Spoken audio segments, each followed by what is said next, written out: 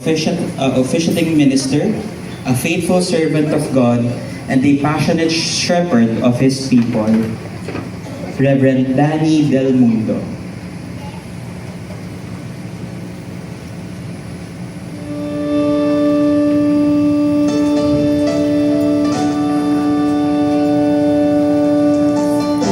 The groom.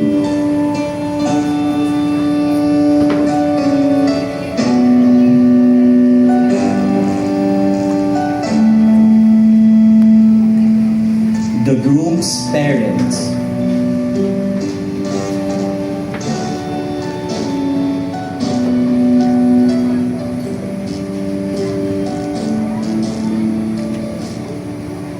The principal sponsors.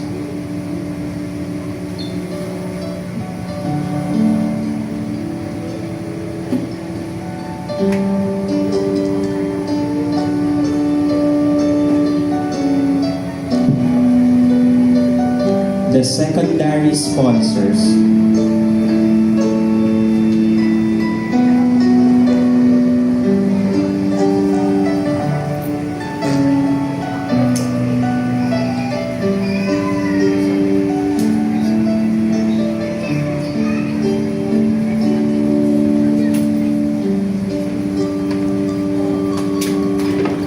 The best man.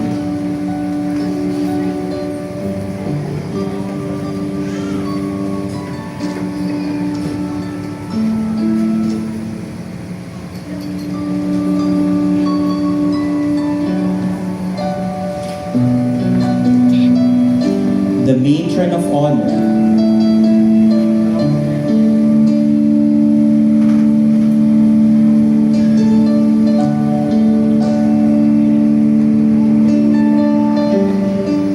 The maid of honor.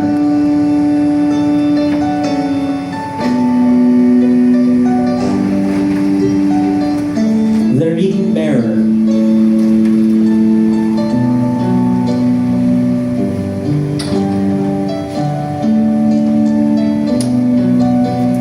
Flower girl and boy.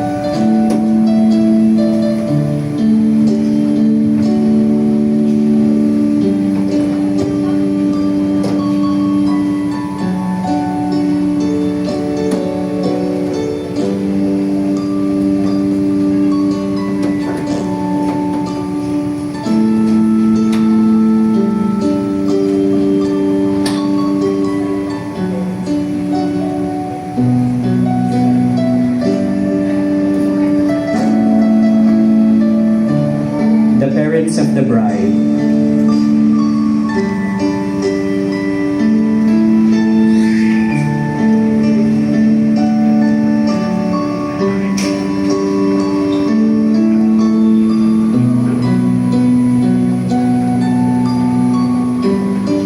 Let us all welcome the bride. Let us give her a round of applause.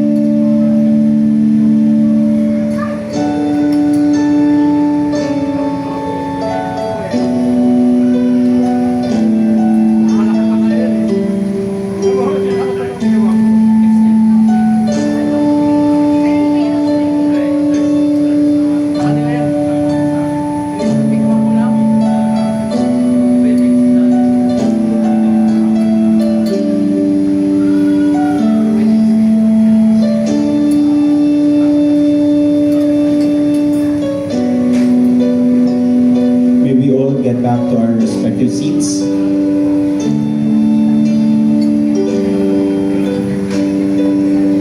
Please remain standing and let us sing Lead Me Lord.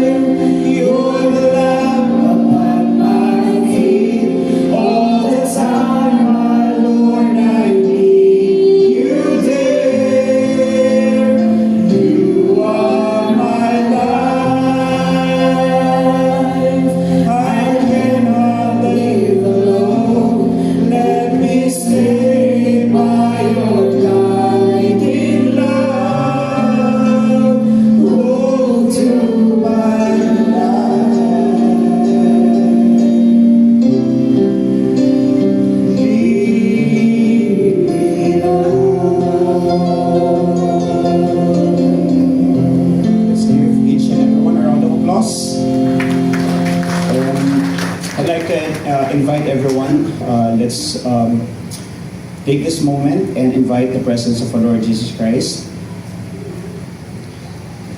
Our Heavenly Father, we thank you, Lord, for this momentous occasion for our brother RJ and Sister Ruth.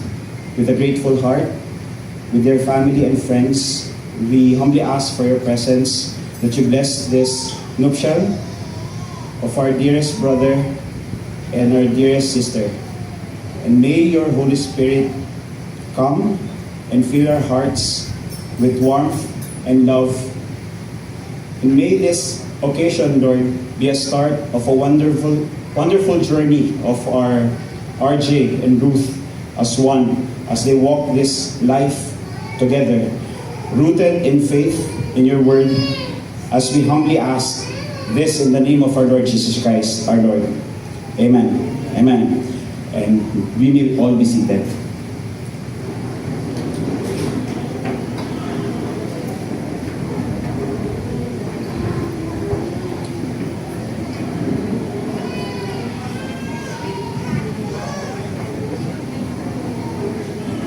So as we prepare for the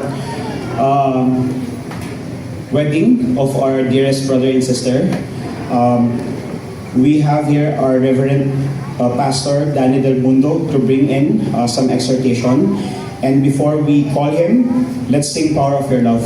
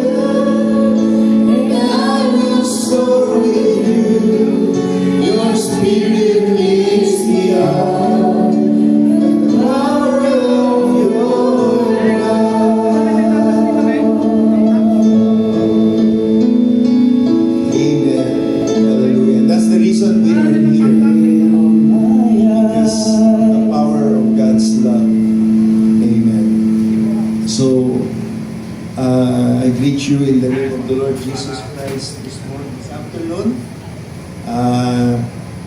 Let me start with an opening scripture bago ko kayo paupuin. In Hebrews chapter 13 verse 4, it says, marriage is honorable in all, and the bed undefiled. So, the scripture is very real this afternoon, that marriage is honorable in all. So that's why wherever there is a wedding ceremony, tingnan yung mga sarili nyo ngayon, proving that marriage is honorable. Di ba? Puro tayo mga kagalang-galang ngayon. Kasi meron tayong pagpapahalaga sa kasalan. Bilang mga Kristiyano, amen, pinagpipitaganan natin, we value wedding so much. And it is a Christian principle from the very beginning. And that's why marriage is honorable in all. So I honor you, everyone that is here this afternoon. Amen. This is really honorable. There are many people out there na I know, I understand. I have been in many wedding ceremonies before. Isa sa final decision ng couple, yung listahan. They have a long list of friends, relatives, church mates, lahat na. Lilista nila lahat yun. And then, pag nailista na nila, it's too big, it's too many. Slice, delete, delete, delete. Amen. So, out of the many important people of this couple, tayong lahat ay nandito ngayon. Kaya palakpakan niyo muna ang inyong mga sarili. Amen. Because this precious couple this afternoon have value your relationship with them. Somehow they have seen something valuable that they do not want to miss you in this significant event in their lives. Amen. So, the bed undefiled. Kasi we're living in a modern era where people just live in, they stay together. Try muna natin if it will work. But it's against the scripture. We don't believe that. Amen? Sapagkat outside of the marriage, the bed is undefiled.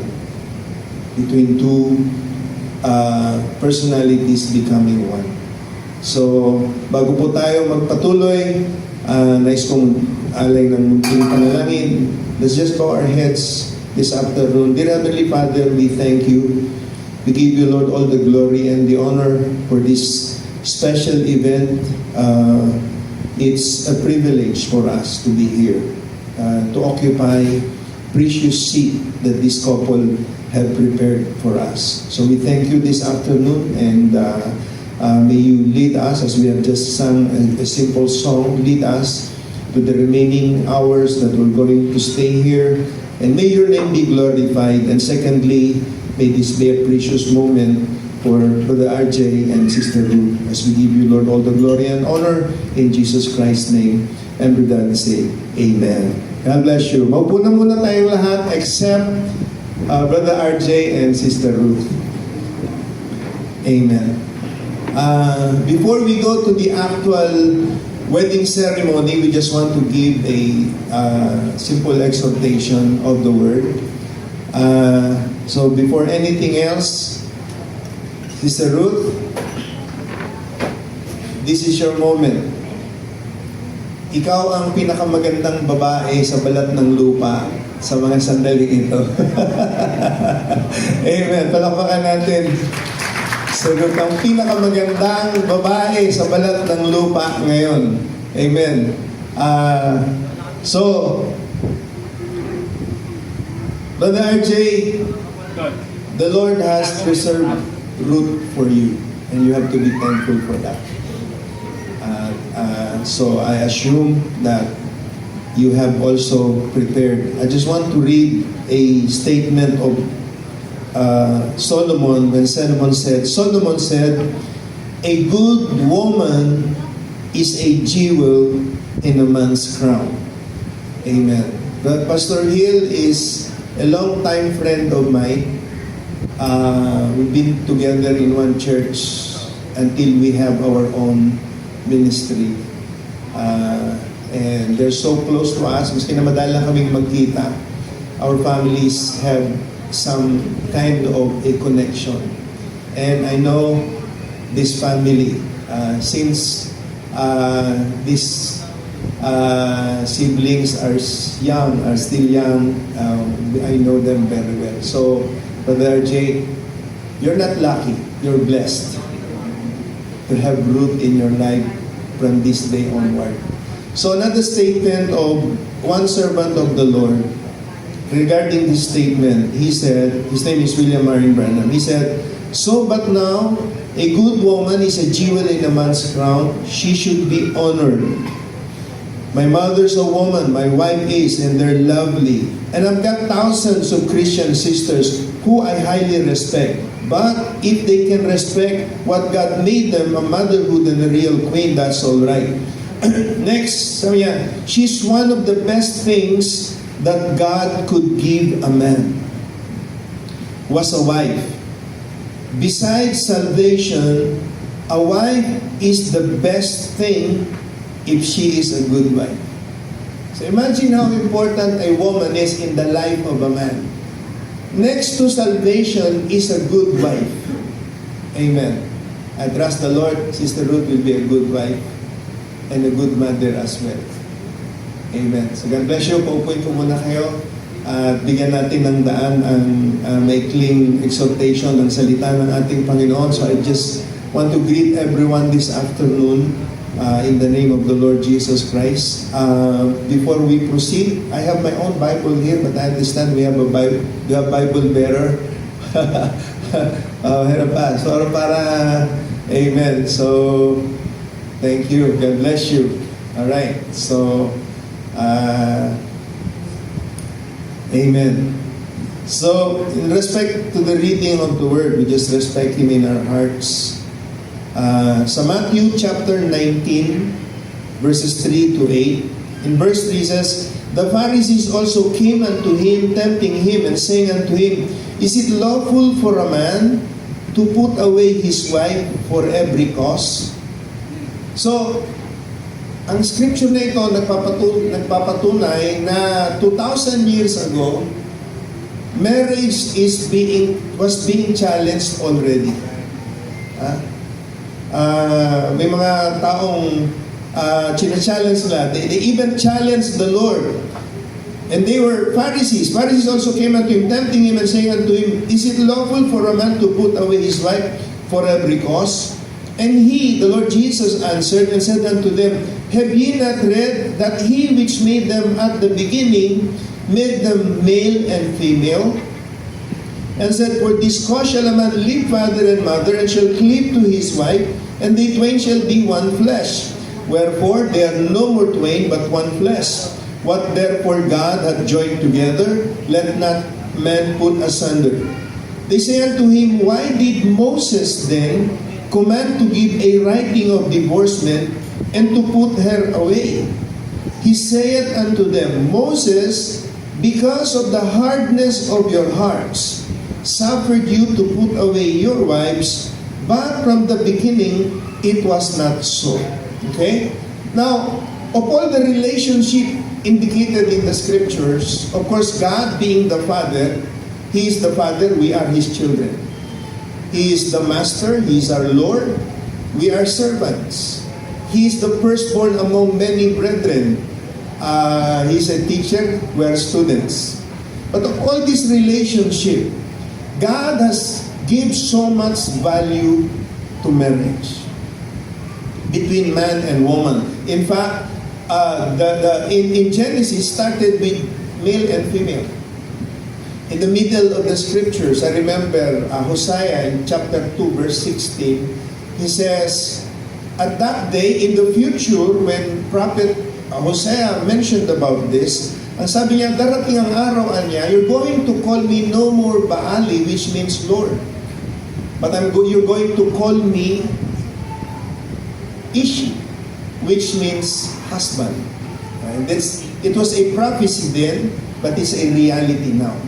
So ang kasalan po, mga kapatid, ay isang makalupang manifestasyon ng isang makalangit na bagay. So hindi lang ito panlupa. Well, we're living here on earth, kaya meron tayong mga legal na pamantayan, standard sa kasalan. Pero ang totoo niyan, ang kasalan ay meron po itong spiritual significance. Kasi gustong ipamalas ng Panginoon ang mga isang makalangit na bagay dito sa ibabaw ng lupa. Amen. In Revelation chapter 19, ang sabi ng scripture, "Rejoice and be glad, for the marriage of the Lamb is come." and his wife hath made herself ready. So, who is the Lamb? That's the Lord Jesus Christ. Siya yung pinakilalang kordero ni John. Behold the Lamb. Amen? And then sa Revelation, sabi niya, rejoice and be glad for the marriage of the Lamb. Amen? Yun yung priest kasi, yun yung kanyang role, no? Bilang tagapagligtas. Yung kanyang dugo ay naging kaligtasan para sa mga taong makasalanan. So, siya yung kordero. Pero sabi sa Revelation, which is the last book of the Bible, amen? Ang sabi niya, rejoice and be glad for the marriage of the Lamb is come, and his wife, that's the church. That's the church. Hath made herself ready. So, yung mystical body of the Lord Jesus Christ, which is called the body, amen? Ito yung church, mystical body. Regardless of religion. We're not talking about religion here. We're not talking about church. It's the mystical body of Christ. Amen? At ang head nito si Kristo. Diba? So, head, that is Christ. So, ito yung nire-reflect ng kasalan ngayong hapon. Kaya sana, since the Lord has given us the privilege to be part of this wedding ceremony, may we see its spiritual significance. No? Na ang makalupang kasalan ay nagpapamalas ng spiritual na kasalan sa pagitan ni Kristo bilang ulo at ang iglesia bilang katawan. Amen? So, yun yung invisible union. Si Christ bilang head. Okay, now, sabi dito, and he answered, yung mga tao nangungulit, bakit si Moses, sabi niya, pwedeng gagawa lang ng sulat, pwedeng nang maghiwalay. Sabi, ang sagot ni Lord sa kanila, sabi niya, he said unto them, Moses, because of the hardness of your hearts, suffered you to put away your wives, but from the beginning, it was not so. So, Jesus Christ referred to the beginning. Ibig sabihin, Alpha and Omega yan. Kaya sa dulo, tinatama niya na. Di ba? Kaya, yung sinasabi niya, wala talagang hiwalayan. Diba? Kaya hindi pwedeng paghiwalayin ng sino mang tao ang pinag-isa na ng Diyos.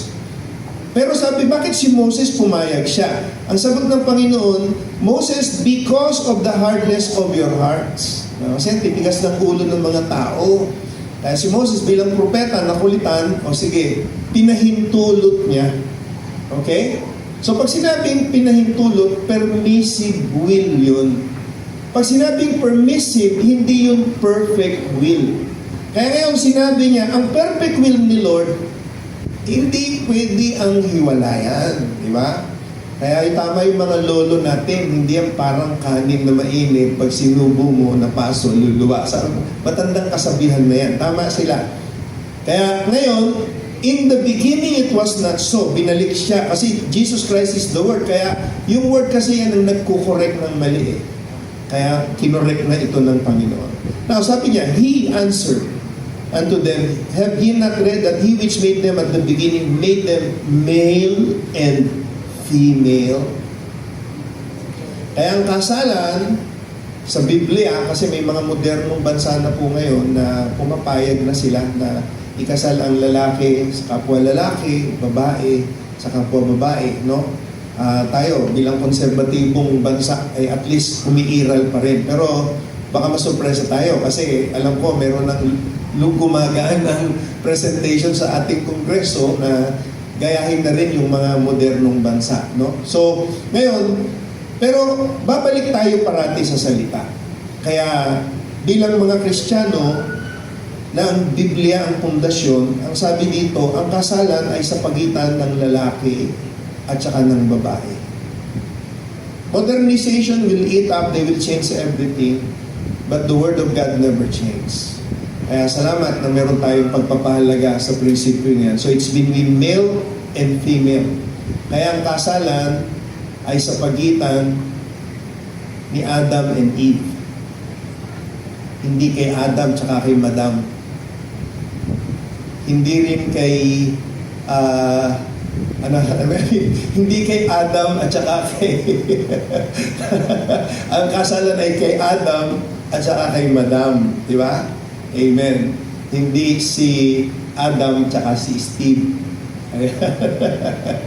Amen. So, yun lang, binabalik ko lang kayo sa salita ng ating Panginoon. Now, talking about relationship, ano ba ang connotation nito, and then ang principle when marriage come, sabi dito, for this cause shall a man leave father and mother and shall cleave to his wife, and they twain shall be one flesh. Okay, as with my last few words about this, so living and cleaving. So ang marriage ay paglipat ng panibagong, ng isang kondisyon patungo sa panibagong kondisyon. So it's live and cleave. So the woman and the man shall leave his home or her home and then cleave. Di ba? Kaya yung live and cleave, isang letra lang ang ano? Letter sila. Di ba? Live and cleave. So, you're leaving the headship, Sister Ruth, you're leaving the headship of your father and you are going to cleave to the next headship. New headship. Si RJ. Kaya after ng declaration mamaya, pagsasalin yan ng headship. So you're leaving the headship of your father and assuming the headship, the new headship of your husband. Okay? So, silang ang diferensya. Kaya, doon lang ikot yung ating pangusap. So, I just want to give para may matandaan tayo ngayong hapon. So, the C stands for commitment. So, it's a lifetime commitment. Nothing can change that.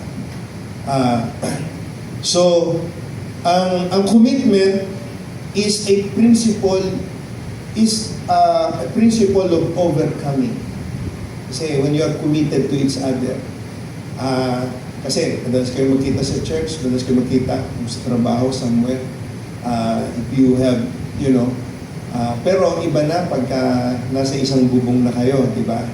Pagkakabistuhan na kayo, yung dating hindi nyo nabibisto, di ba?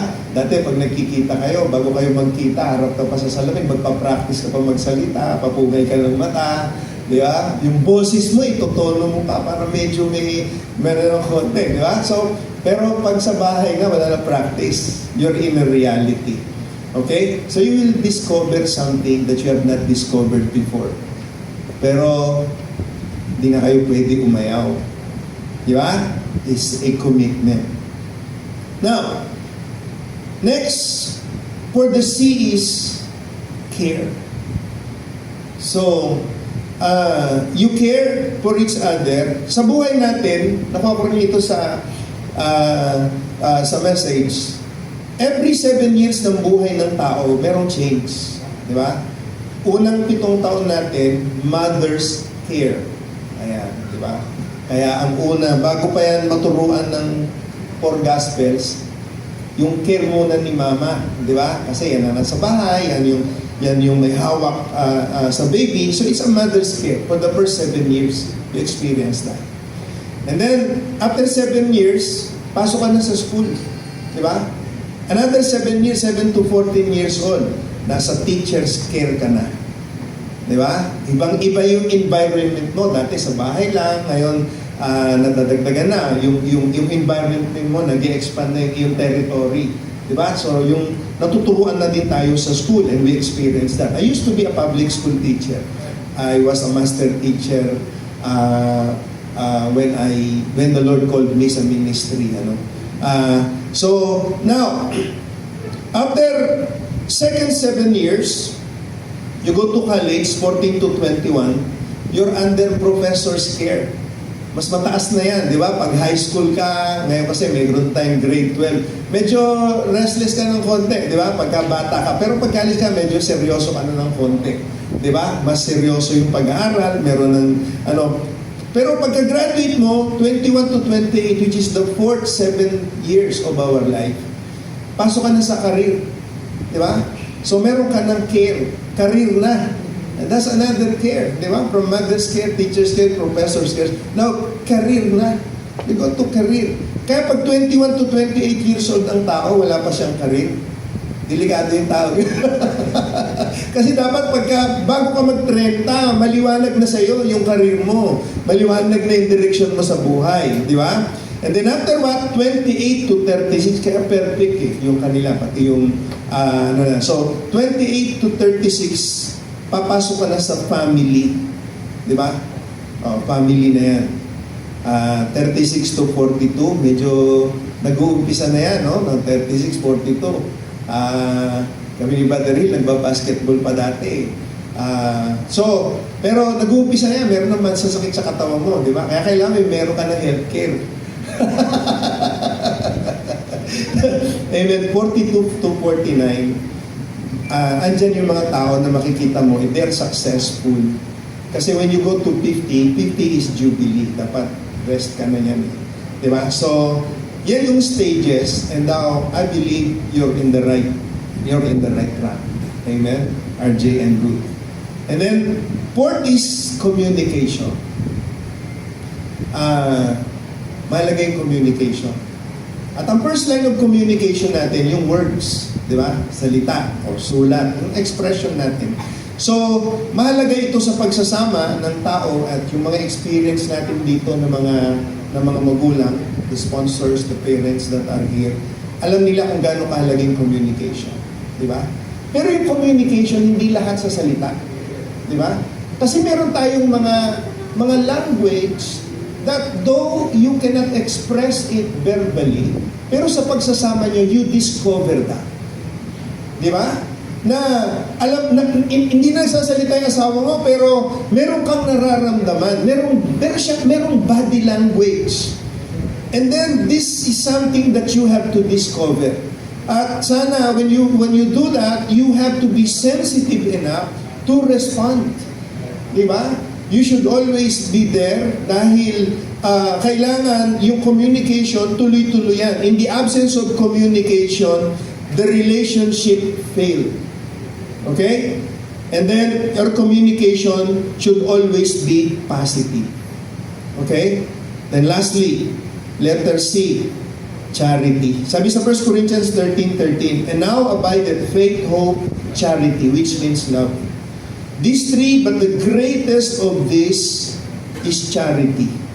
So the greatest is charity, which means love. So ang pundasyon, ang pinakamahalagang pundasyon sa relasyon ay ang pag-ibig, di ba? Kasi ang pag-ibig, di ba, it covers multitudes of sins. Yung pagkukulang ng isa sa inyo, natatabunan yan ng di ba?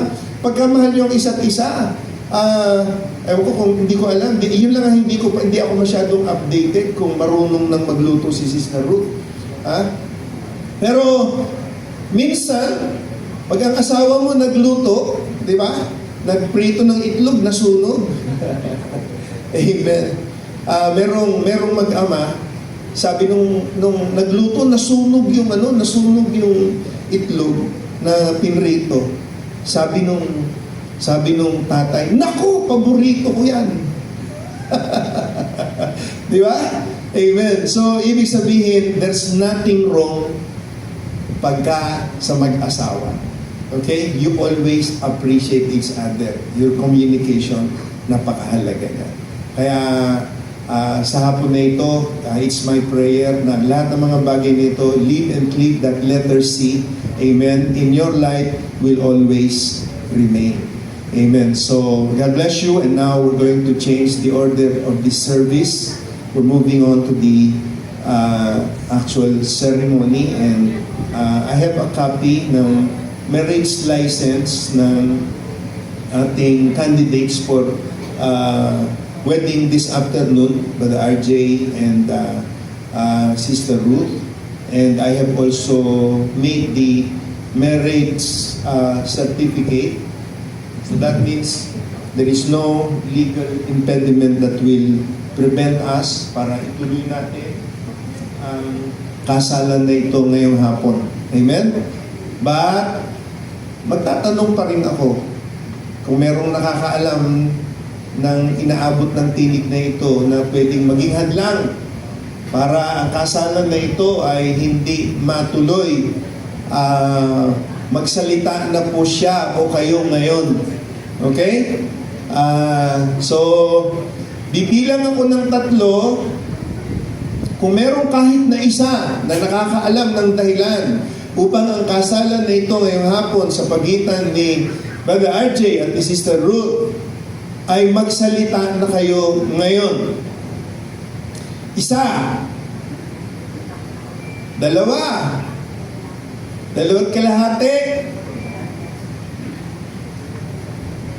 3. Ayan.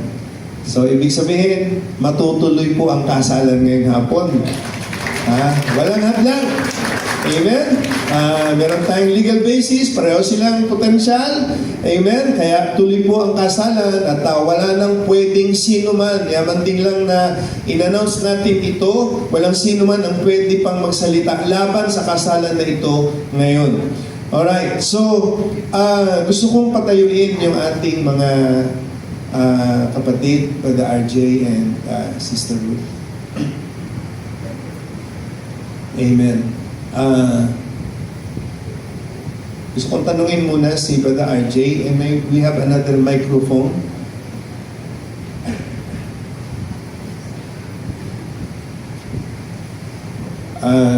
Brother RJ, in front of all the presence that the audience that are present this afternoon, do you accept Sister Ruth to be your married wife, and you promise to take care of him, and you're going to give all what she needs, and you're going to love her, take good care of her, and support her all the rest of your life, and only that can separate you? Opo, Pastor. Okay. I do. Okay, thank you. Please pass the microphone to Sister Ruth.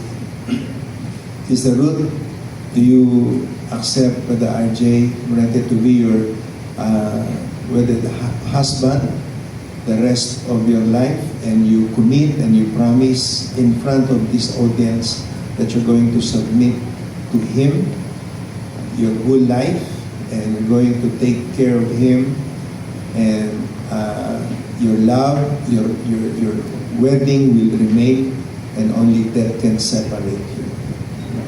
I do. Yeah.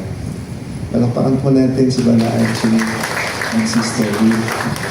Amen. Now, in the Bible, there is a principle in Numbers chapter 30. And I would like to request the parents of the bride, Pastor Hill and Sister Joy. In Numbers chapter 30 verse 3, if a woman also vow a vow unto the Lord, and bind herself by a bond, being in her father's house in her youth, and her father hear her vow, and her bond wherewith she hath bound her soul, and her father shall hold his peace at her, then all her vow shall stand, and every bond wherewith she hath bound her soul shall stand. But if her father disallow her, in the day that he heareth, not any of her vows or of her bonds wherewith she hath bound her soul shall stand, and the Lord shall forgive her, because her father disallowed her. So ang Bible po ay nagtatakda na mahalaga ang approval ng tatay sa pagpapakasal ng kanyang anak na babae.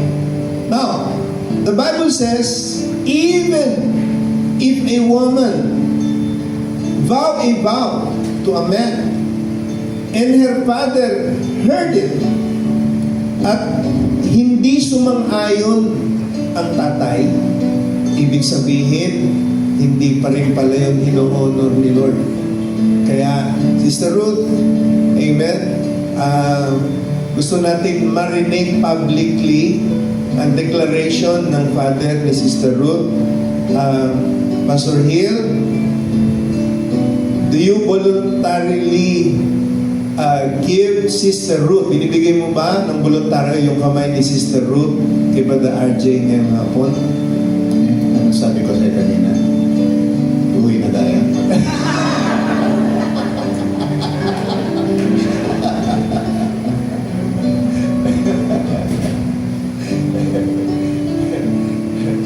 Opo, Pastor.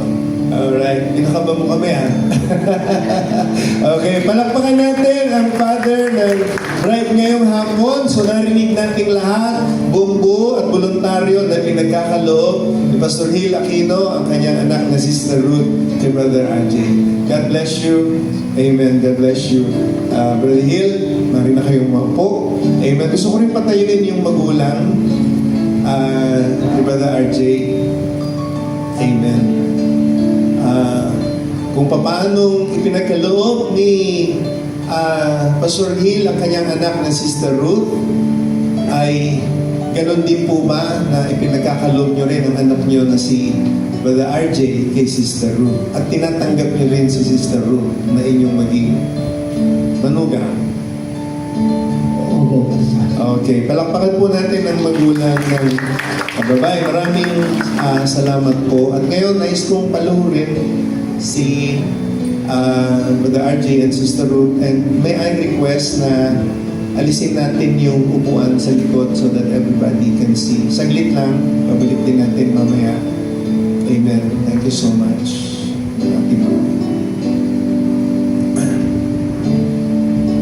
At pinaghahanda na natin yung bail sponsors. At susunod, please kneel down. It's okay. Amen. So, may we request the bail sponsors to please fix it.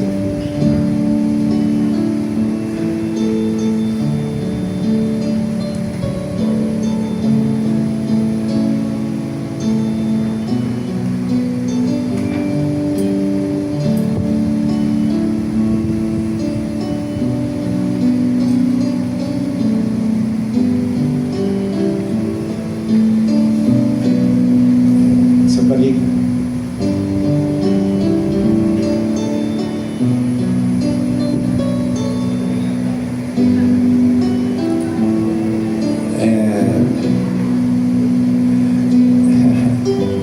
Amen. So, thank you so much, mga bill sponsors. And also, may we request the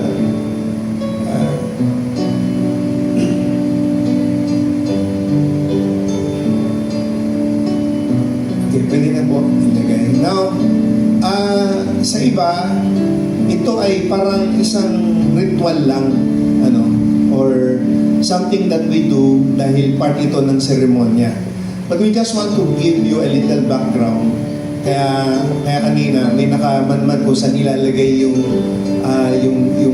portion ng veil, no? Kasi diyan sa likuran, kung makikita ninyo, kaya ang dahilan po niyan, kaya nasa balikat ng lalaki, maliban na sa kanya ang responsibilidad. Kasi this is a union. Diba? This is a union. Wedding is a union between man and wife. So, ang ibig sabihin nito, kaya po nasa ulo ng babae, kasi ibig sabihin, ipinapasakop niya na ang kanyang sarili sa headship ni RJ. So yun ang ipinapamalas nito, na leaving the headship of the father. Kaya kanina gusto na maling mag-ayaw mag-uwi ni Pastor Gil, diba? Kasi merong ibang pakiramdam yung magpapasa ka na, maalisan ka ng headship. Alright? So, nandoon mga kapatid, ang direktang headship mo, Sister Ruth, mula sa araw na ito, ay si Brother RJ. Pero Brother RJ, ang headship ay isang responsibility. Kaya nasa balikat yan. At ang balikat ang pinakamalakas na bahagi ng katawan ng tao. Ibig sabihin, lahat ng lakas, lahat ng puwersa ay nasa iyo. Ipagkakaloob mo ang lahat ng energy and everything, all the resources. Amen? Pero, hindi ito pagpapasabi na ang pagpapasakop ay hindi pagiging under lang, kung hindi pagkuhayan ng posisyon. Di ba? Kasi, dahil isang katawan na kayo, hindi pwede isang katawan, dalawang ulo. Di ba? Kaya dahil union yan, meron ng isang head na lang. Amen. Ngayon, Brother RJ, kahit head ka, merong susunod na head sa'yo. Diba? Kasi the head, sino? The head of the man is Christ. Diba? The head of the woman is the man, but the head of the man is Christ. Kaya, kung si Kristo ang head mo, si Kristo ang nagtuturo, tuturo ka din yan sa pastor mo. Okay? So, yun din naman ang immediate head mo, yung physical headship ni Christ, yung pastor. Alright? Kaya yung responsibility na sa'yo. At ang babae, walang pananagutan sa lalaki. Kundi ang lalaki ang may pananagutan sa babae. Naalala niyo si Eva, nahulog siya, di ba? Pagkatapos, kinuha pa din siya ni Adan. Di ba? Kasi yung headship, hindi pinayagan ni Adan na mawalay si Eva. Kinupkup niya ito. Kasi yun yung headship. Pwede naman sabihin ni Adan, Lord, ang dami ko pang rib, oh. Di ba? Ang dami ko pang reservang rib. Yaman na isa na yan. Di ba? Hindi. Hindi kumpleto si Adan. Kung hindi babalik yung isang rib niya sa kanya. Ganun kayong dalawa. Amen? Hindi ka kumpleto pag wala siya. Pero hindi ka rin kumpleto pag wala si Archie. Because you are united in one. Now, sa scripture, sabi ng Bible, sa Ecclesiastes chapter 4 verse 9, two are better than one because they have a good reward for their labor. For if they fall, the one will lift up his fellow, but woe to him that is alone when he falleth, for he hath not another to help him up. Again, if two lie together, then they have heat. But how can one be warm alone? Then 12, ito gusto ko imana sa inyo. And if one prevail against him, two shall withstand him. And a threefold cord is not quickly broken. So kayo ngayon ay dalawa na pinagbuhol. Di ba? Two are better than one. Pero sabi ng Ecclesiastes, but a threefold cord is not easily broken. Sabihin, maliban sa paghuhupong ninyo, pagbubuhol ninyong dalawa, mayroong isang tunay na nagbibigkis ng pagsasama ninyo. And that is invisible cord, that is Christ. That is God. Kaya mahalaga ang paglilingkod natin sa Panginoon. Mahalaga ang pananampalataya natin. Amen. Being the shoulder you are the provider. Diba? At yun ang isang bagay na napakahalaga na ayaw natin mawala. Amen. So, God bless you. Now we may remove the cord and then next the veil. Amen. So ito ay symbolic form lang. Pero ang totoo niyan, mauna mo na yung cord na alisin.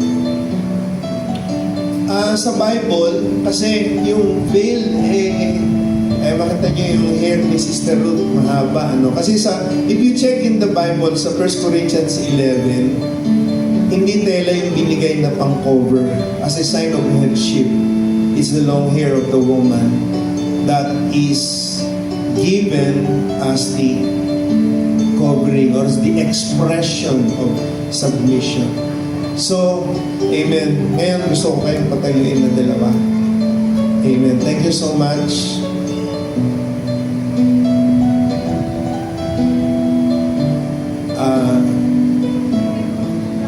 May we have the ring bearer? Pwede ba natin makuha yung ring? Amen.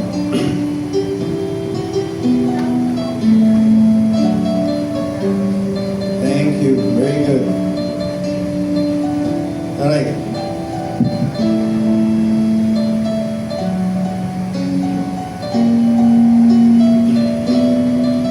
Meron ba engagement ring?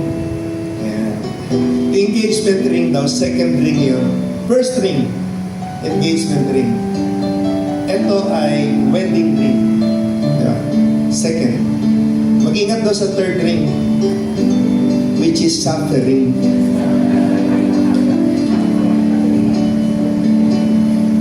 Amen. Amen. Ma'am, you know what I mean, ma'am, diba? Suffering. Walang tumitibay na pagsasama na hindi dumaan sa suffering. Katulad ng lantay na ginto na singsing na ito, hindi naman kaagad ginto at saka singsing di ba? Kasi minimina ang ginto nakahalo ito sa dirt, nakahalo ito.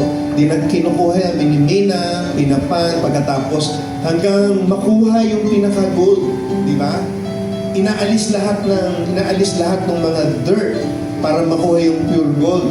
Pagkatapos, pagka daw yung ginto, pinipit. Alam mo kapag puro na yun, pag nagre-reflect na yung itsura ng panday, di ba? Sabi, ang Panginoon ang naghanda sa inyong dalawa. Walang aksidente. Lahat alam ng Panginoon. Ngayon kung paano yung proseso ng ginto, ganito din yung proseso ng singsing niyo. Bago ito naging ganito, dumaan ko sa proseso.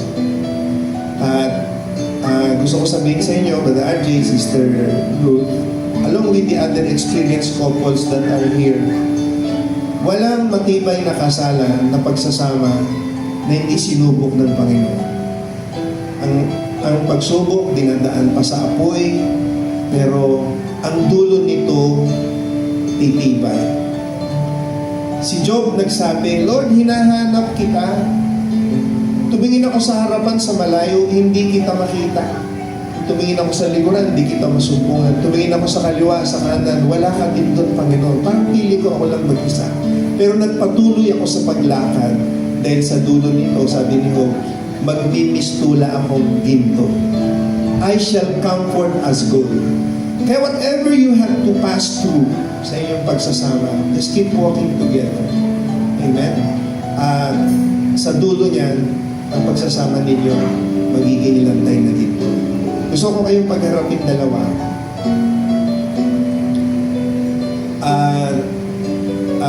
Brother RJ, gusto kong hawakan mo itong singsing ni Sister Ruth. Ano ba tawag mo kay Sister Ruth? Babs po ba? Babs. Babs. Sige, kung ano yung the best na tawag mo sa kanya, gusto naming marinig. Bago mo sabihin yung panata mo ng pag-ibig sa kanya. Hindi kita pa susunurin sa statement. Gusto ko yung galing sa puso mo na marinig naming lahat yung panata mo ng pag-ibig kay Sister Ruth. Okay, hawakan mo yung kamay niya doon sa palasingsingan niya, isuot mo. Tingnan mo siya sa mata. Ayan. Anong tawag mo sa word? Baby ba? Sabi mo kasi, Babs pa. Babs yung lagi.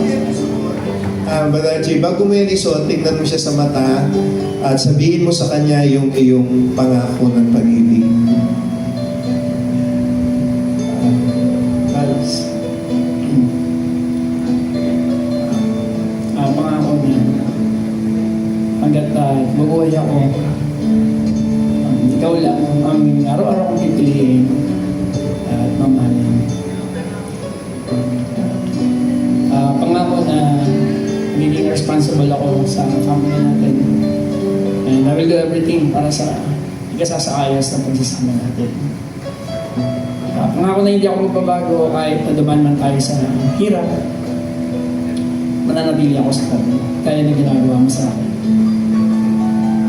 Alam mo ba? Naiyak na ako. Amen.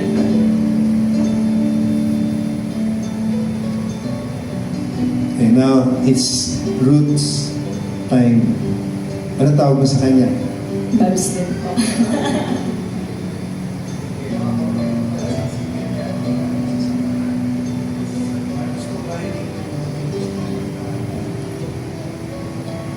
I'm actually not prepared for an impromptu speech because I already prepared a written one.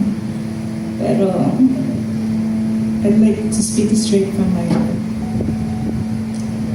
Maraming salamat for the 13 years that we've been together. We've been through ups and downs. We've seen each other in the best and worst times. And hindi natin iniwan ng bawat isa. May mga naging pagsubok tayo. Pero nalampasan natin lahat yun.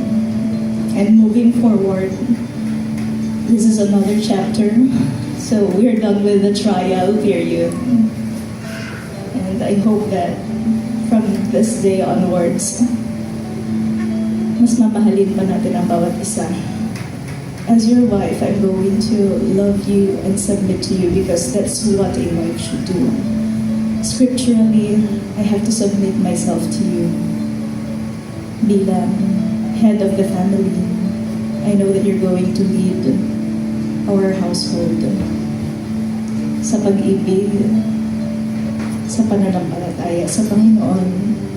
I will care for you and I will follow all the C's mentioned earlier. Commitment at ang care na dapat maranasan mo mula sa isang wife. I love you. Amen. We can do better than that. Mas malakas yung pwede natin ibigay na palakpak sa narinig nating pangako ng kanilang pag-ibig.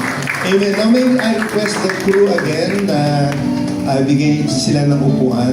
At gusto kong pagandahin yung mga principal sponsors to please come forward at tumayo sa kanilang tabi. Okay, thank you so much. Alright. Total, 2 pares lang naman yung ating principal sponsors. You may take your seat. Okay, please. Alright. So sa ating mga principal sponsors, palakpakan po natin yung ating mga principal sponsors. You were highly chosen ng couple na ito. Kaya alam ko po na bilang mga eksperyensadong mga magulang, mga may asawa, amen, alam ko na merong special na bagay na nakita itong dalawang ito ngayon, na ngayon ay pinag-iisa ng ating Panginoon. Kaya gusto ko lang bigyan kayo ng pagkakataon as just a piece of advice. You can do that in 1 sentence, 1 paragraph. Amen. Just concise but solid. Amen. God bless you po. RJ and you remember that marriage is a treasure. You have to treasure it until death does part. And I hope both of you will be sincere with one another because the Lord will be the center of your lives. Ruth, you've said that you've been with Him for 30 years. But 13 years is never enough to show your love. There will be more years to come, and there will be rough roads along your way and on your journey. There will be also light roads, and both of us will go to a beautiful journey of a married life. So make this marriage your treasure.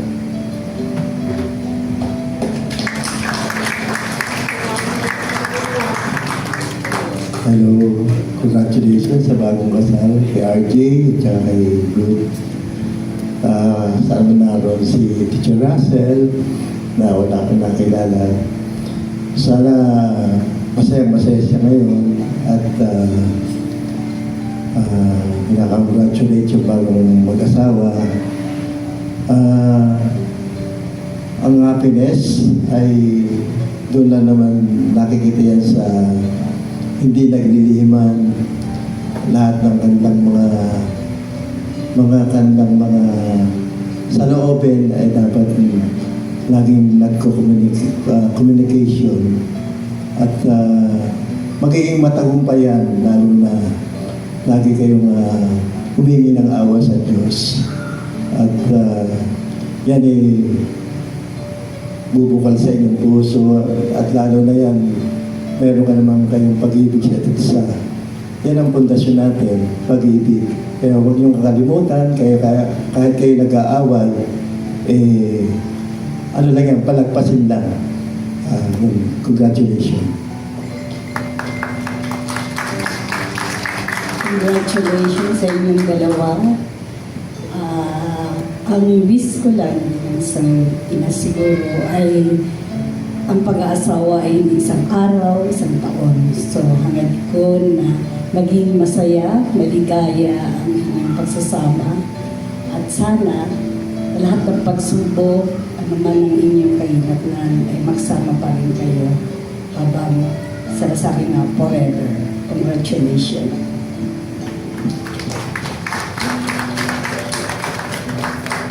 Copy-paste, Pastor. Anyway, congratulations and best wishes. I know both of you is serving our Lord Jesus Christ the best way you can. Siguro, one piece of advice, always choose one another. Always choose your family. That's all. And we will give our full blessing sa ating couple ngayong hapon. If you can extend your right hand in this direction. Amen. Samahan po ninyo kami if you believe what we're doing. Let's just pray. As a sign of blessing, dear Heavenly Father, narinig mo po ang panata ng pag-ibig ng dalawang ito na ngayon ay pinag-iisa mo, Panginoon. At narinig din namin ang mga pieces of advice ng kanilang mga piniling principal sponsors, and we're so inspired, we're so encouraged by what we have heard. And now, we're extending our right hand of full blessing sa dalawang ito na ngayon na yung pong pinag-iisa, Panginoon. Tanggapin nila ang buong pagpapala, samahan mo sila sa buong panahon ng kanilang pagsasama hanggang sa iyong pagparitong muli. This is our prayer of faith and our full blessing in Jesus Christ's name. Amen. God bless you. Thank you so much. Ano na kayo kay Linong at Lina? Amen.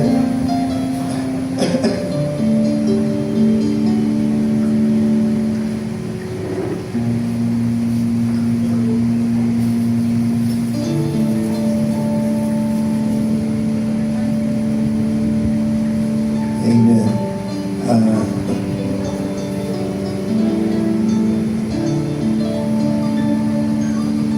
So, pwede kayo lumapit ng konti.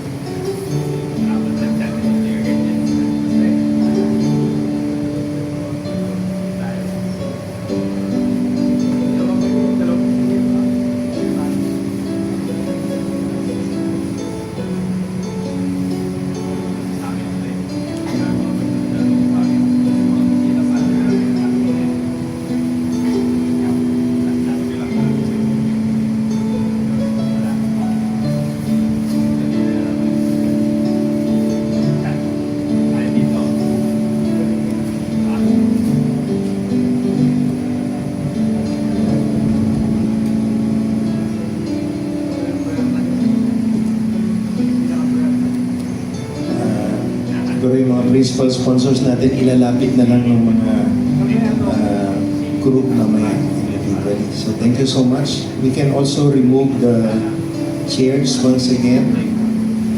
At ngayon gusto kong tawagin yung mga magulang.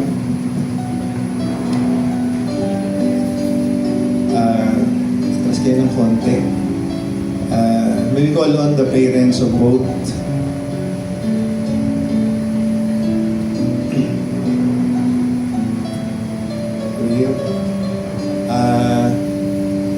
Maghiwalay kayong Yeah, yeah. And then, Sister Joy, Brother Hill, pwede bang doon kayo sa magkabilang sides? Ayan, you know, pag-igitnaan niyo si Sister Ruth. Ayan. Okay. Sister Ruth, hawakan mo lang yung kamay ni Papa at saka ni Mama. Both. Yung isa si Mama. Asa na si Daddy mo? Ayan.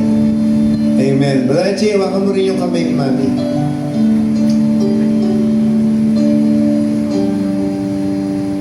Okay. Feel nyo lang yung kamay.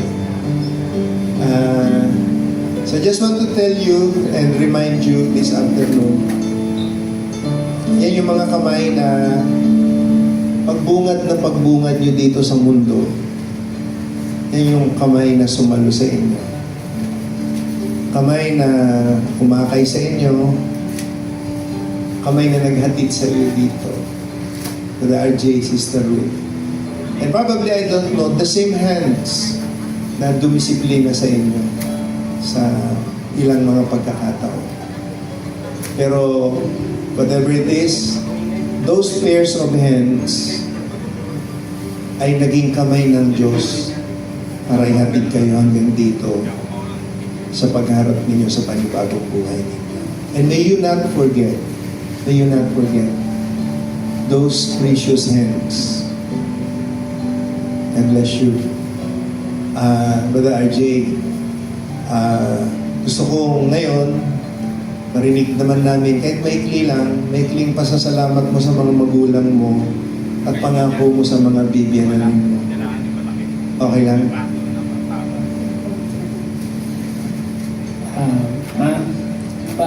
Salamat sa pagpapakay sa akin.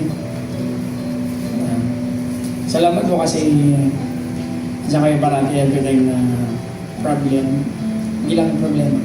Sa hindi nyo ko iniwanan. Suporta kayo lagi sa lahat ng ginagawa ko. Sa magulang, parents po ni Ruth, pastor pa, pangako po, alagaan ko sa Ruth. Kagaya pa ng pagpapalaki na sa kanya ng maayos. So, sikapin ko po maging matinaw at maayos na asawa sa kanya. Hindi po siya pababayaan. Palakpakan natin yung groom. Amen. Salute. Do the same.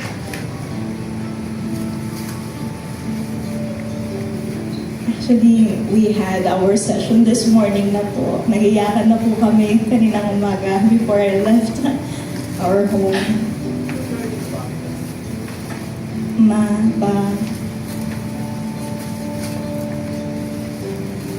I always thank God for giving you as my parents. I'm so blessed in many ways. You've been very supportive. And probably the best part is you raised me as a God-fearing woman. Ito ay isang treasure na mahirap hanapin. Thank you, because of you, mas nakilala ko ng malalim ang Panginoon. Wala akong ibang hiniling po. I'm so grateful. Meron man tayong mga misunderstandings in the past. Lahat po yun na-resolve natin because your advice is to always put Christ. Always consider Christ in every circumstance, in every situation. There's no reason to deviate from that at ipilit ang gusto because we have our absolute. There's always one thing to go back to kahit na nagkakaroon na tayo ng mga minsan tampuhan and disagreements, which is normal. Normal po ang mga yun sa isang pamilya.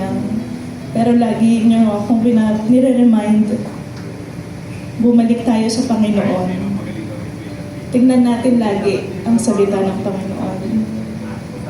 So if there's one thing that I am deeply grateful for, ayun ay pinakilala niyo ng husto, pinakilala niyo po sa akin ang Panginoon.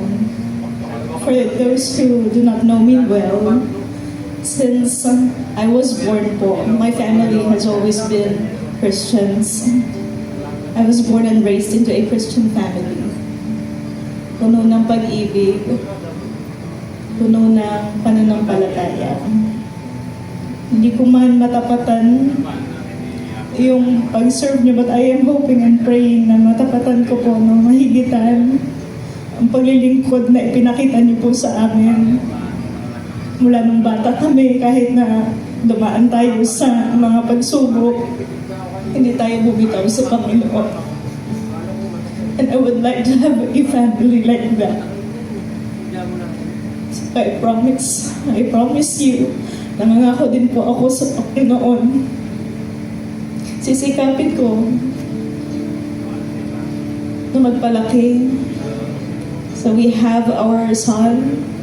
Palakihin si JJ, isang God-fearing din. I know that the best reward that parents can get po, no, ay makita na mabuhay ang kanilang mga anak, maglakad na naaayon sa salita ng Diyos. There's no greater reward than that for parents. Sana yun po ang maibalik ko sa inyo as a token of my love for both of you. Pray for me as I traverse this journey, as I walk on this journey po with RJ. And I will also pray for you and will love you kahit na nasa ibang bahay na po ako. Starting tonight, no words can tell, no, can't express the right words po, but I do love you so much. I love you with the love of the Lord. Mahal na mahal ko po kayo, mga taon. And sa mga parents po ni RJ, Mama Roslyn, Papa Alan, malayo pa po ang tatakbuhin ng kwento namin ni RJ, Lord willing.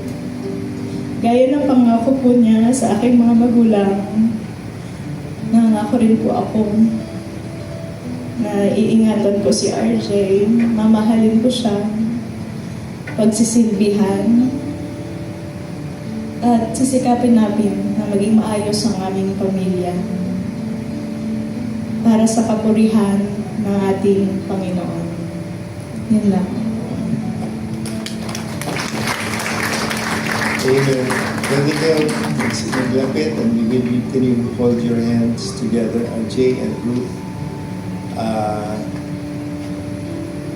Siguro kung may mga pahabol pang advice sa mga parents ninyo, mamaya may time pa. Pero we will ask Pastor Hill to lead us in prayer as a sign of full blessing din mula sa to represent the families of both parties. Habang magkahawak ang kanilang kamay, we request Hill to pray.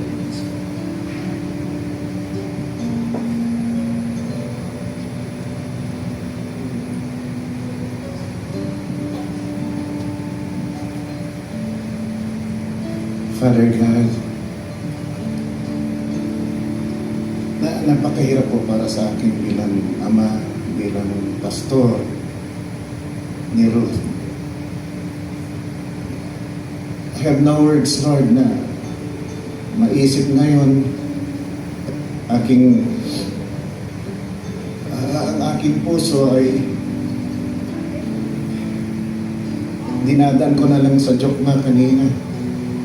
Pero ang totoo, napakabigat ko dahil since birth na.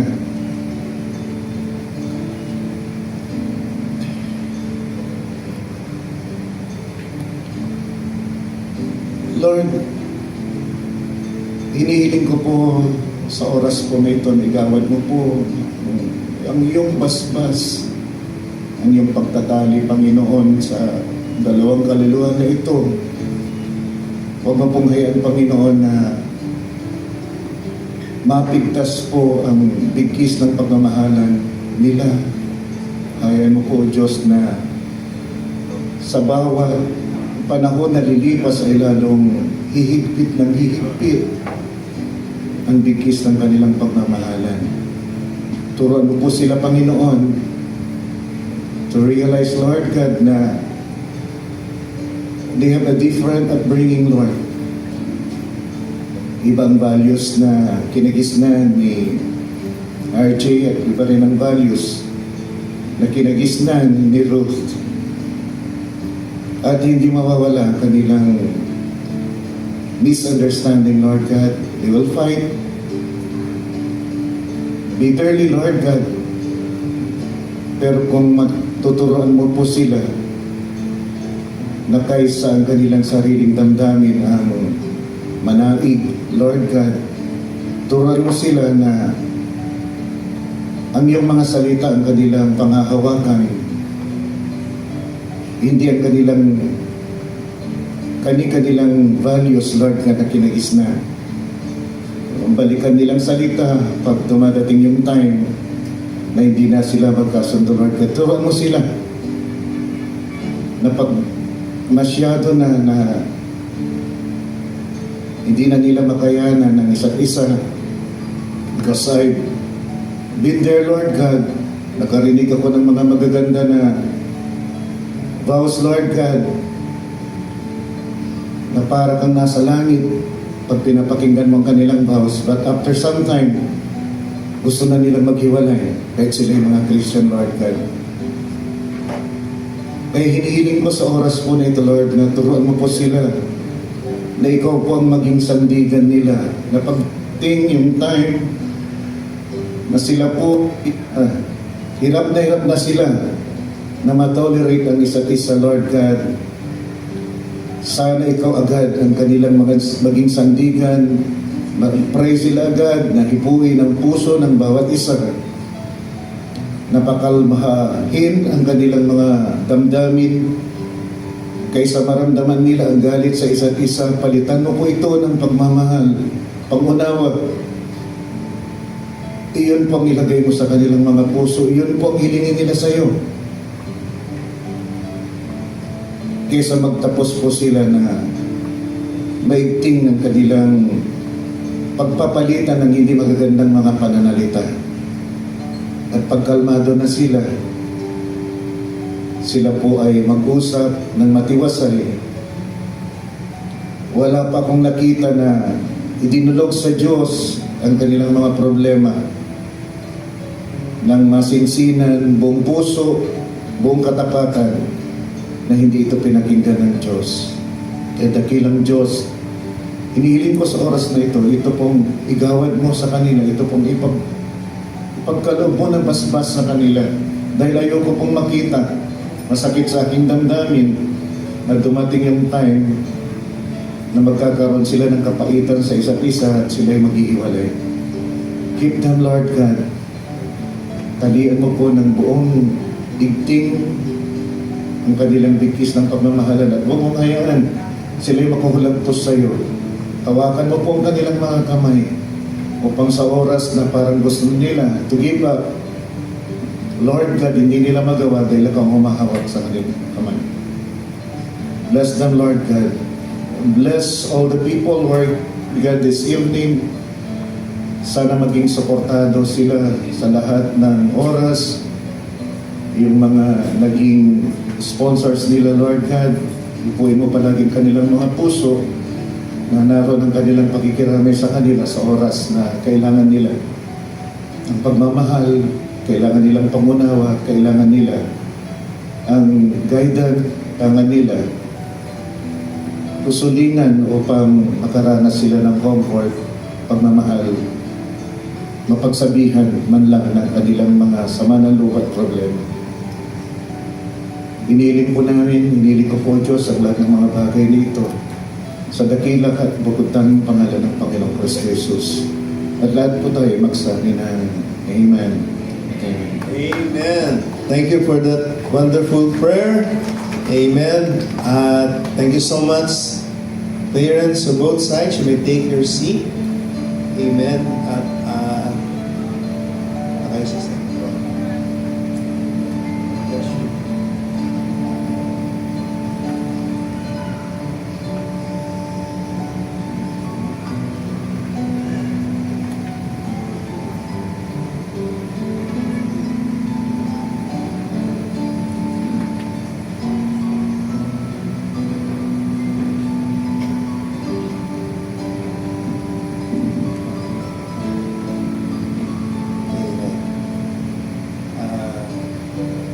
God bless you, Brother RJ.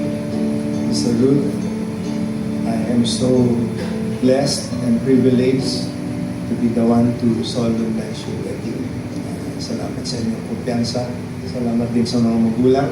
At sa lahat ng nandito ngayon, samahan po ninyo kami sa isang panalangin. Can we extend our right hand on this direction para sa pagsiselyo ng kasalan na ito? Amen. Hallelujah.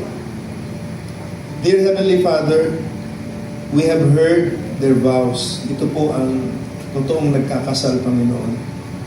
Ang pinirmahan nilang kasamiento ay physical lamang na agreement, pero ang mahalaga, Panginoon, ay ang mga bagay na kanilang na-express mula sa kanilang mga puso.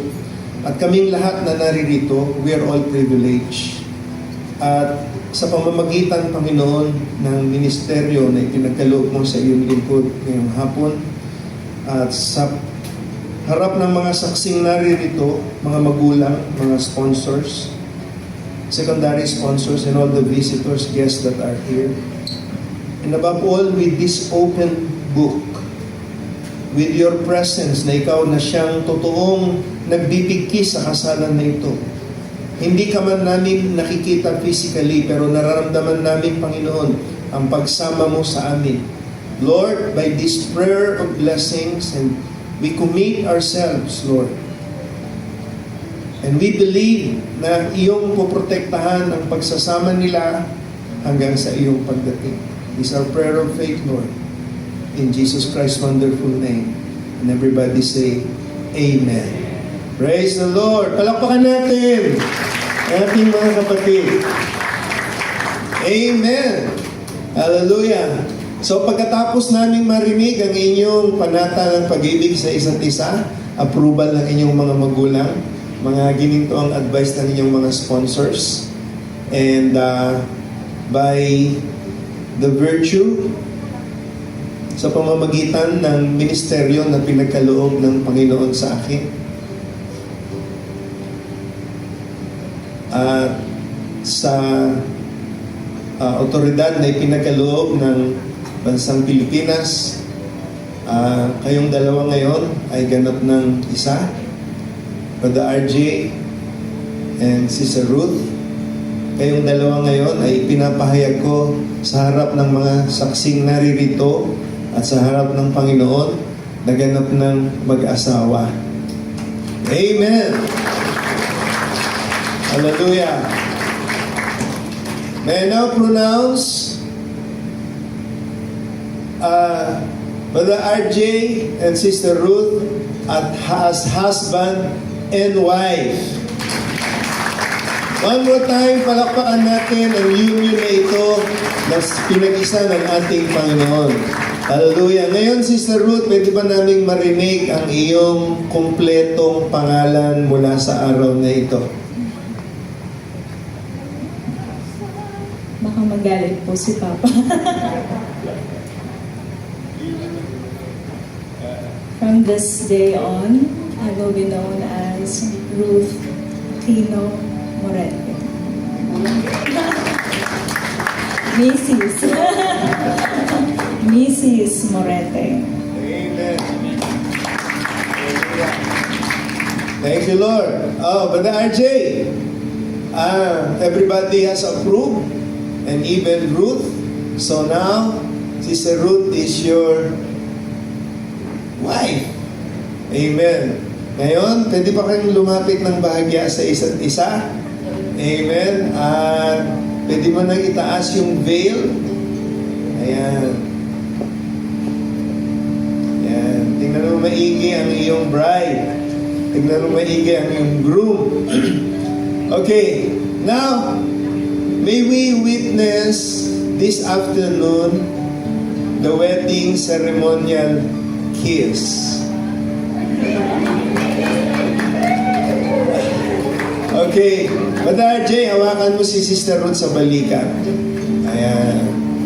Sister Ruth, hawakan mo si Brother RJ sa bewang. Ayan. So, God bless you. You may now kiss your bride.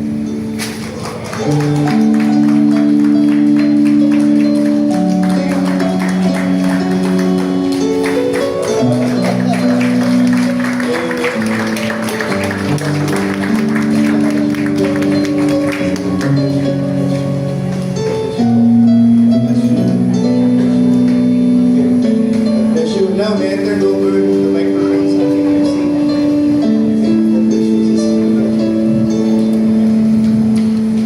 Thank you very much. Once again,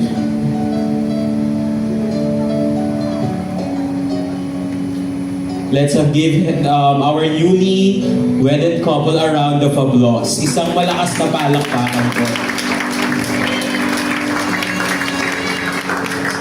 So may we request everyone to remain seated as we proceed with the post-photo ceremony. We kindly ask for your cooperation as we call the groups in order. So may we request the newlyweds to the center for their official couple photo.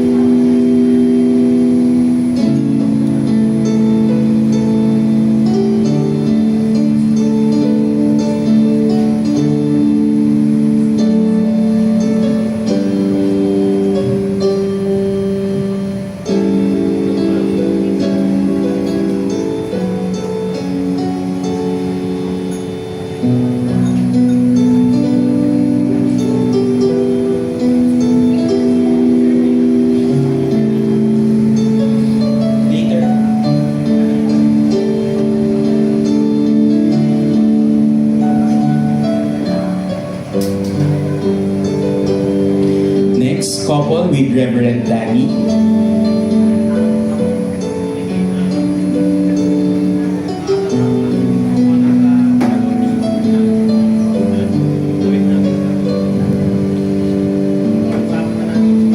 After, may I request the parents of the bride.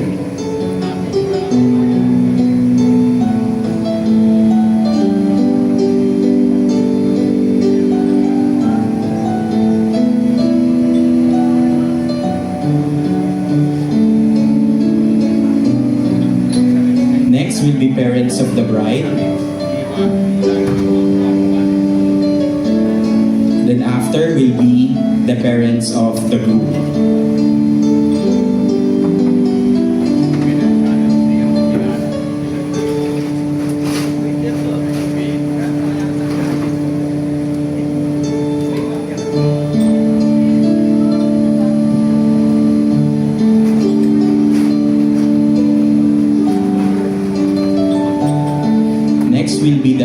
parents of the groom. Then, both parents po. Ma'am Joy, Pastor, standby lang po.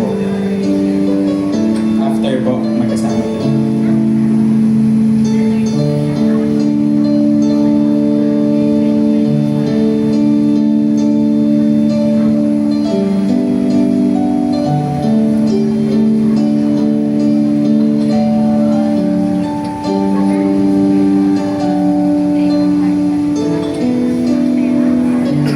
Both parents po. Stay lang po muna tayo.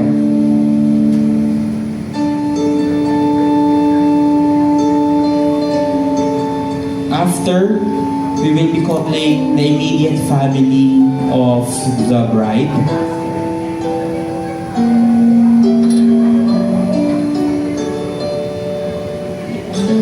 Si JJ. Wait lang po, si JJ po. Ang kanilang anak.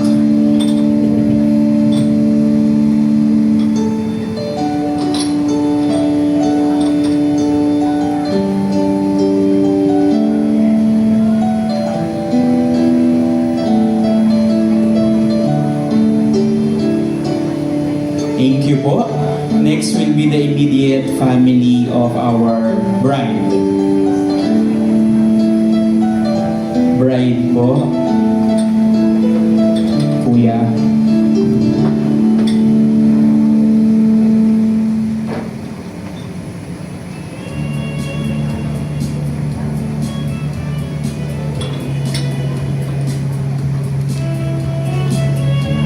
After will be followed by the immediate family of the groom.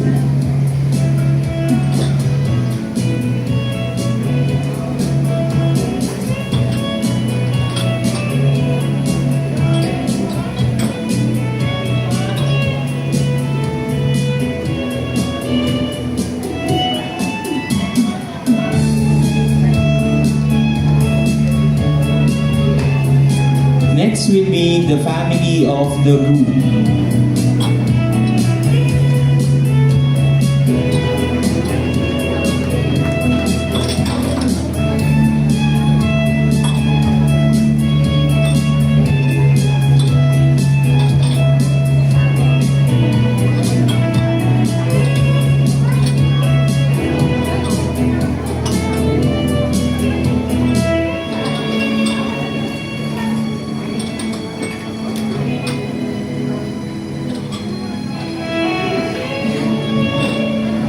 After the family of the groom, may we invite the principal sponsor, followed by the secondary sponsors.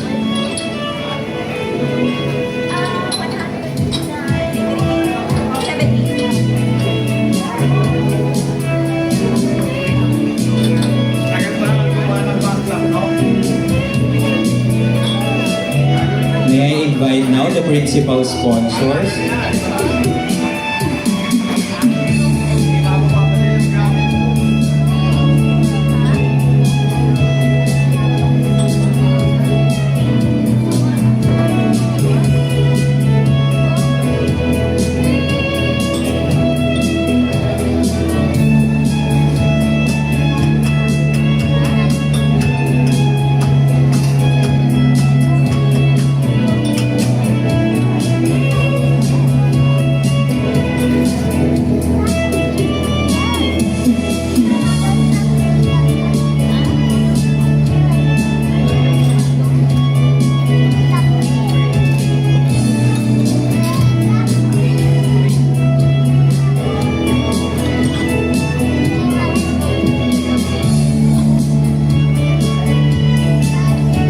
May we invite our secondary sponsors to join the couple?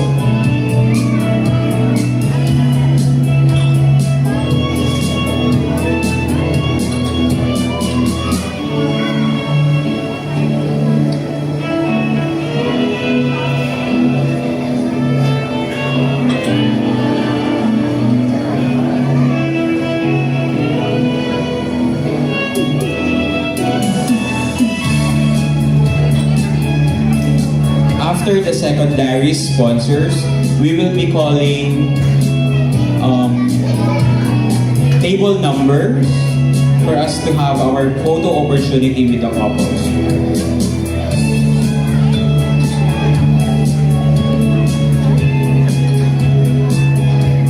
Table number 4. May we invite our table number 3.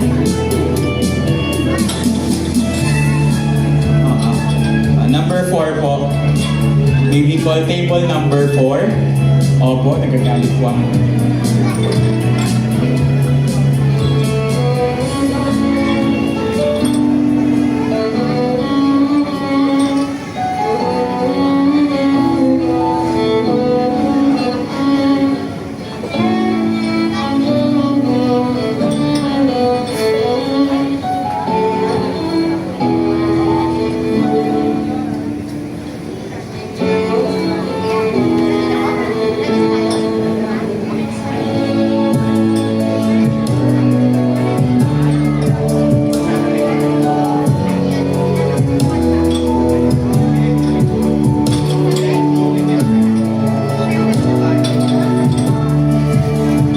Next will be table number 5.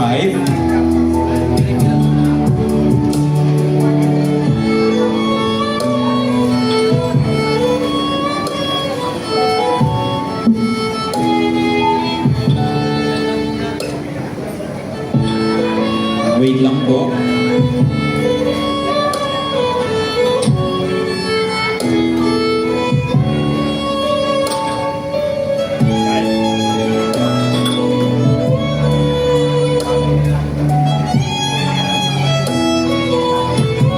Next will be table number 5, followed by the best man and the matron and the maid of honor.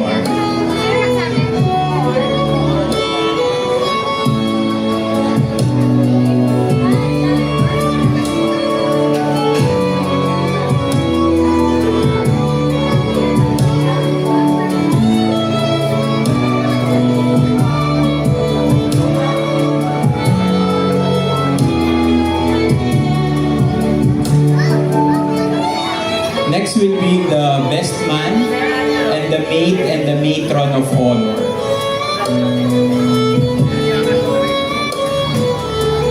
This is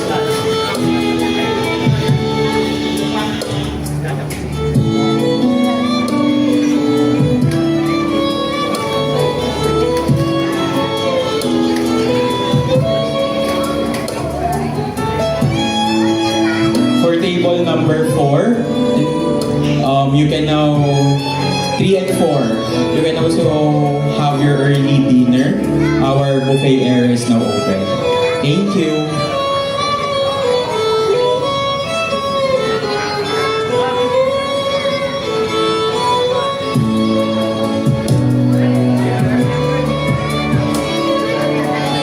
Next will be table number 6.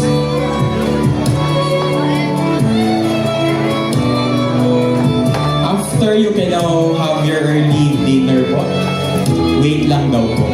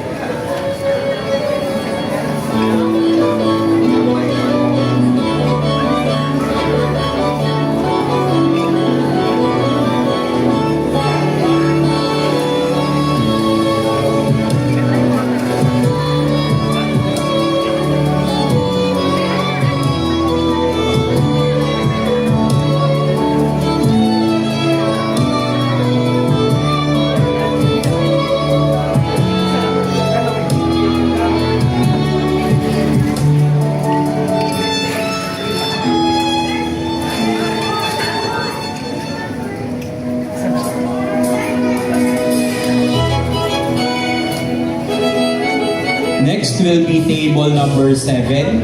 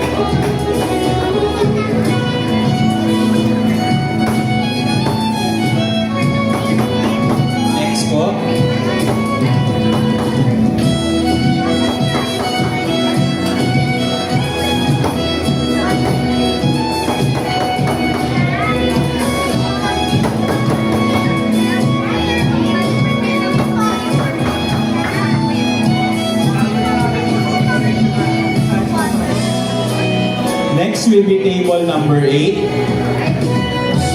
Wala. Next will be, for the last picture, will be St. Clair College family. May we invite everyone from St. Clair? St. Clair.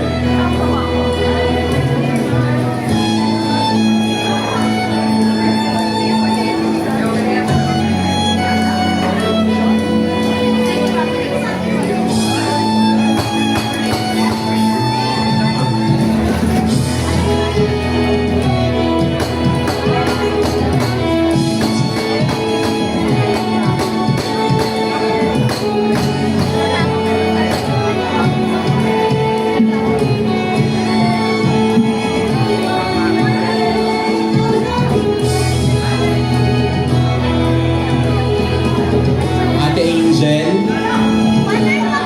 Sir Alex, Ma'am Blanchi,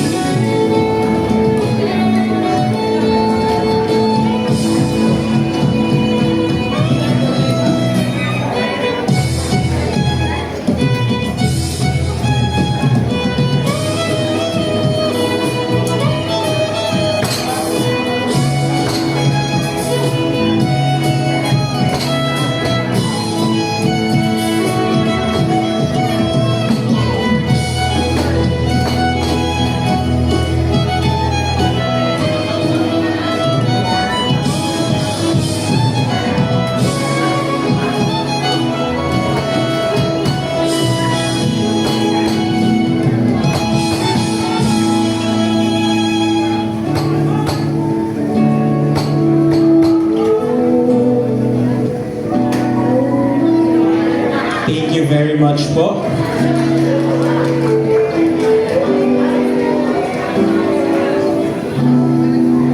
Our buffet table, buffet area is now open. So pwede na po tayong pumila.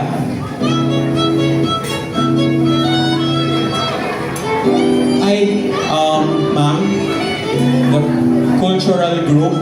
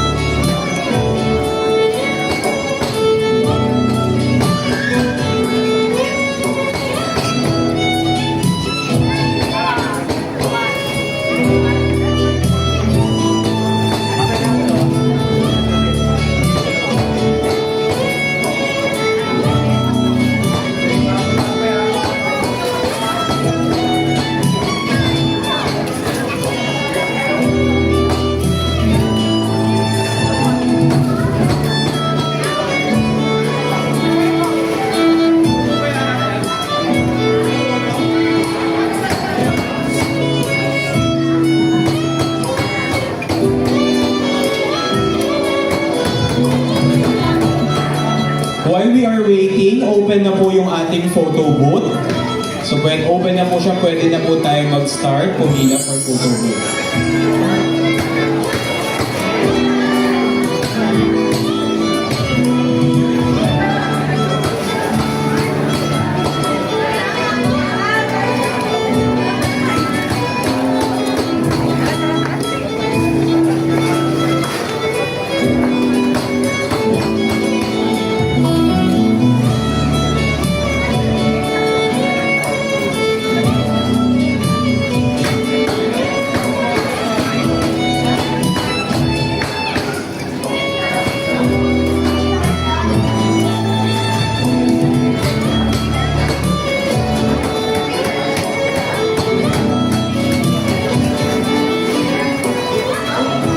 Meron din po tayong raising table sa gilid. So while you are waiting po, meron din po tayong mga pika-pika on the side.